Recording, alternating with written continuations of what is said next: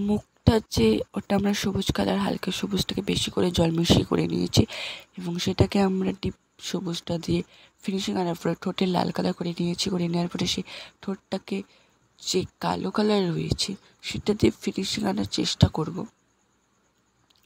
এবং আনা হয়ে গেলে যে চোখের যে কালো কালারগুলো রয়েছে সেই কালো কালারগুলো আমরা করে নেব।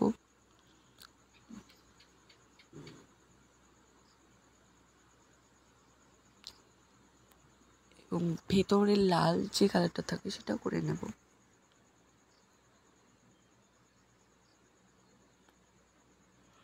এবং আমরা জুয়েলারিগুলো হলুদ কালার করে নিয়েছি এবং গলার যেটা থাকে মানে ক্যাথাকালিন আছে সেটাকে আমরা সাদা কালো রেখেছি। আর গয়নাগুলোকে আমরা প্রথমে কমলা কালার করে নেওয়ার পরে খয়েরি কালার দিয়ে ফিনিশিং আনিয়েছি।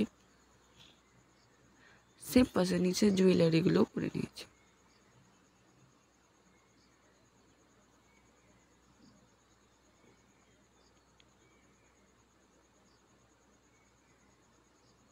এবং তারপরে কাপড়গুলো আমরা হলুদ আর লাল কালার করে নেব।